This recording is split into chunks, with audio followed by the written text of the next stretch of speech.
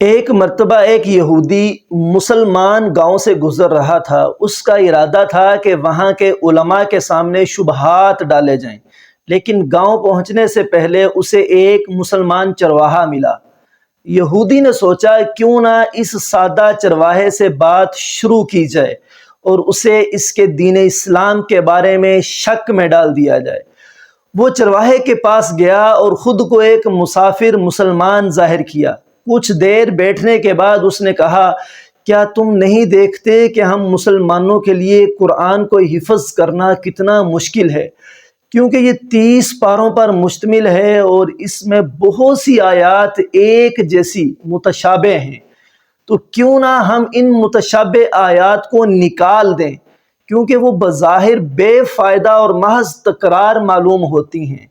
پھر وہ مکارانہ مسکراہٹ کے ساتھ بولا، اگر ہم ایسا کر دیں تو قرآن کے حصے کم ہو جائیں گے اور اسے یاد کرنا اور دہرانا آسان ہو جائے گا۔ چرواہا خاموشی سے اس کی بات سنتا رہا۔ جب وہ فارغ ہوا تو چرواہے نے کہا، تمہاری بات بڑی اچھی اور بظاہر قائل کرنے والی ہے۔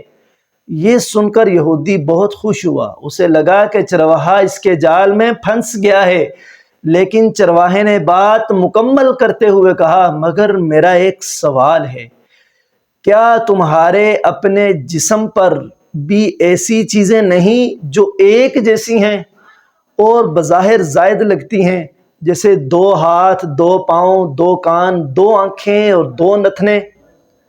تو کیوں نہ ہم ان اضافی اور متشابہ چیزوں کو کاٹ دیں تاکہ تمہارا وزن کم ہو جائے اور تمہارا جسم کھانے سے زیادہ فائدہ اٹھا سکے، اور تم بھی ان چیزوں کے بوجھ سے آزاد ہو جاؤ جو تمہارے جسم میں دہرائی گئی ہیں۔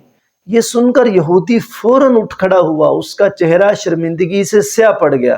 وہ ناکامی اور افسوس کے ساتھ واپس لوٹ گیا اور کہنے لگا، جب ان کے چرواہے کا جواب ایسا ہے تو ان کے علماء کا جواب کیسا ہوگا؟